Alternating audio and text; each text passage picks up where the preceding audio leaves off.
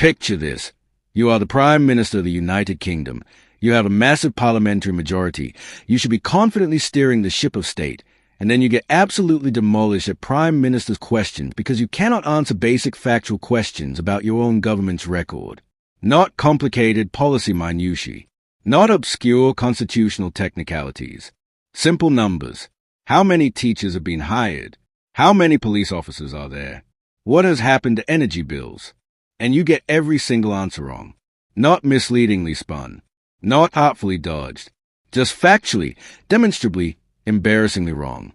That is what happened to Keir Starmer this week when Kemi Badenoch systematically dismantled him in front of the entire House of Commons, and political commentator Patrick Christys is now predicting this could be the beginning of the end for Britain's increasingly beleaguered Prime Minister. When you cannot defend your own record with accurate statistics, when your own cabinet is publicly contradicting you, when even your usual safe space of PMQs becomes a weekly humiliation, the vultures start circling. Quick favor, if you are loving this political carnage already, hit that subscribe button and smash the notification bell. Over 94% of you brilliant viewers have not subscribed yet. It is completely free, takes 2 seconds, and genuinely means a world to us here at British Mirror. Cheers if you did. Right.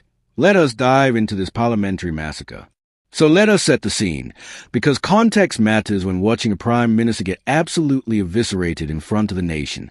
Kemi Badenoch stands up at Prime Minister's questions with one clear objective: expose Keir Starmer as a caretaker Prime Minister who has lost control of his party and does not even know what his own government is doing. She starts by mocking him with terminology his own MPs are apparently using behind his back. She says, he is being called a caretaker because everyone can see that he has lost control of his party and this lot, they are trying to replace him. Now, calling someone a caretaker Prime Minister whilst they are still in office is absolutely brutal. It implies they are just keeping the seat warm until someone more competent takes over. It suggests weakness, irrelevance, terminal decline. And Badenoch has to explain to Starmer what the term even means, which is just deliciously condescending. She continues, they can make as much noise as they like. We all know that they are so busy trying to replace him that they have taken their eyes off the ball. This is political assassination disguised as parliamentary debate. She is not just attacking Starmer's competence. She is suggesting his entire cabinet is plotting against him, more interested in succession planning than actually governing. It is the kind of accusation that, if it gains traction, becomes self-fulfilling. Once everyone believes your colleagues are undermining you, it does not matter whether they actually are, the perception becomes reality. Then Badenoch moves into what can only be described as a brutal fact-checking exercise disguised as questioning. She starts with energy bills, which is perfect because Labour made very specific promises about reducing energy costs. She asks, let's start with the Energy Secretary, who wants to recycle himself as leader, which is a brilliant dig at Ed Miliband's leadership ambitions while simultaneously framing him as yesterday's failed politician trying again. She continues, he said he would cut families' energy bills by £300. Can the Prime Minister tell the House how much of the energy bills fallen by since the election? This should be an easy question. If your government promised to cut bills by £300, you should know whether you have delivered. Starmer responds, Mr. Speaker, I am very pleased to say we are taking £150 off energy bills. £150. He said it. On the parliamentary record, £150 off energy bills. Except that is completely wrong. Badenoch pounces immediately. Mr. Speaker, I asked him about energy bills. He could power the national grid on all of that hot air. He promised to cut energy bills by £300. Energy bills have risen by £187. Let that sink in for a moment. Labour promised to cut bills by £300. Instead, bills have risen by £187. That is a £487 swing in the wrong direction. And the Prime Minister either does not know this or is deliberately lying to Parliament. Neither option is good, but Badenoch is just warming up. She moves to education, another area where Labour made specific, measurable promises. She says, let's look at someone else who is making a mess. Let's look at the Education Secretary. Oh, there she is. Labour pledged to recruit 6,500 more teachers. So can the Prime Minister tell the House how many extra teachers are there since she became Education Secretary? Again, this is not complicated. It is a simple numbers question. How many teachers have been hired? Starmer presumably gives some positive answer about loads of new teachers, but Badenoch demolishes him. Wrong. Mr. Speaker, there are now 400 fewer teachers since she came into office. She's shaking her head. It is on the Department for Education website. Does she not check it once in a while? This is absolutely devastating. Not only is Starmer wrong, but the correct information is publicly available on the government's own website. He could have looked it up. His team could have briefed him. Someone, anyone, could have checked the actual numbers before he stood up to answer questions. But they did not, or they did and he ignored them, and now he is being publicly humiliated with his own government statistics. Badenoch twists the knife. I can understand that the right honourable lady is angry. We are all angry at the mess she is making. The Prime Minister does not know what is going on in energy. He does not know what is going on in education. She is methodically building a case that Starmer is detached, uninformed, and incapable of even basic oversight of his own government.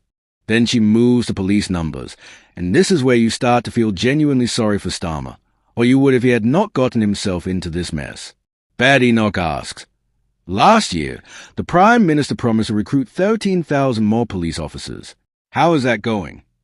Starmer responds, some 3,000 more by the end of March, and we are rising on police numbers. Wrong again. Badenoch delivers a correction. Wrong again. I asked him how many police officers.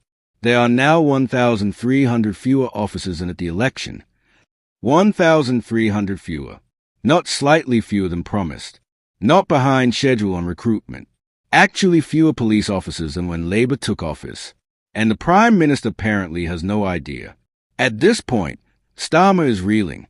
He has gotten 3 consecutive factual questions wrong. Energy bills, teacher numbers, police numbers.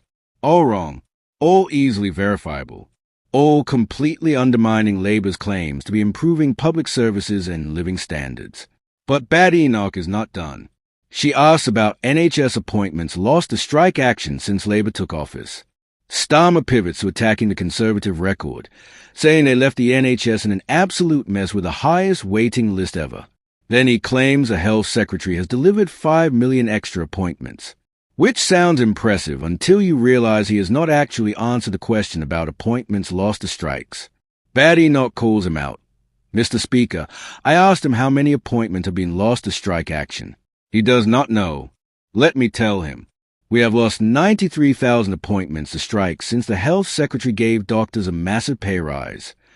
This is particularly brutal because it suggests that Labour's solution to NHS strikes, giving doctors substantial pay increases, has not actually solved the problem. Strikes are continuing, appointments are being cancelled, and the Prime Minister apparently has no idea about the scale of the disruption. Then Badenoch delivers a closing argument, and it is absolutely scathing. Mr. Speaker, everything is getting worse. Jobs, bills, police numbers, teacher numbers. Everything is getting worse. The Cabinet should be doing their own jobs. What are they doing there? Trying to compete for the caretaker's job. The only person who does not want the Prime Minister's job is the Chancellor. She is just trying to cling on to her own.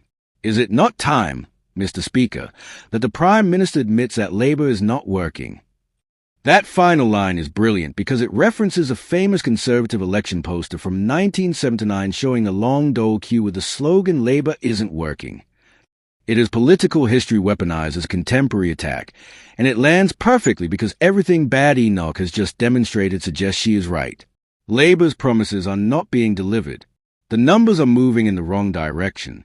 The Prime Minister does not know his own government's record.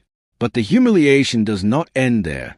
Hours before this PMQs disaster, Rachel Reeves, the Chancellor, effectively threw Starmer under the bus over tax rises. She told a committee that she and the Prime Minister met 2 or 3 times a week during the budget process and decided it together as a team. Which sounds like collegiality until you realize she is making sure everyone knows that the deeply unpopular tax rises were joint decisions. If she is going down for breaking manifesto promises, she is taking Starmer with her. It is a political equivalent of grabbing someone as you fall off a cliff. And speaking of broken manifesto promises, Reeves then got caught in her own contradiction. On one occasion, she claimed that extending the freeze on income tax thresholds was not a breach of the manifesto. On another occasion, she explicitly promised there will be no extension of the freeze in income tax. Those two statements cannot both be true. Either extending the freeze is fine, or it breaks the manifesto promise. She has said both, on the record, and now she is trapped by her own words. Patrick Christys, the political commentator, is watching all this and predicting this could be terminal for Starmer's premiership. And you can understand why. When a prime minister cannot answer basic questions about their government's record, when their chancellor is publicly contradicting them, when their cabinet is apparently more interested in succession than governing, when their safe space of PMQs becomes a weekly humiliation, the political endgame starts accelerating. The thing about Prime Minister's questions is that it used to be Starmer's one guaranteed win every week. He is a trained lawyer, excellent at dismantling arguments, and Kemi Badenoch was initially seen as a weak opponent who struggled with the format. But something has shifted. Either Badenoch has dramatically improved, which he clearly has, or Starmer has deteriorated, which the evidence suggests, or Labour's record has become so indefensible that no amount of lawyerly skill can save it. Probably all three. When your own MPs are calling you a caretaker, when your Chancellor is distancing herself from unpopular decisions, when the opposition can systematically prove you are wrong about your own government performance, you are in serious political trouble.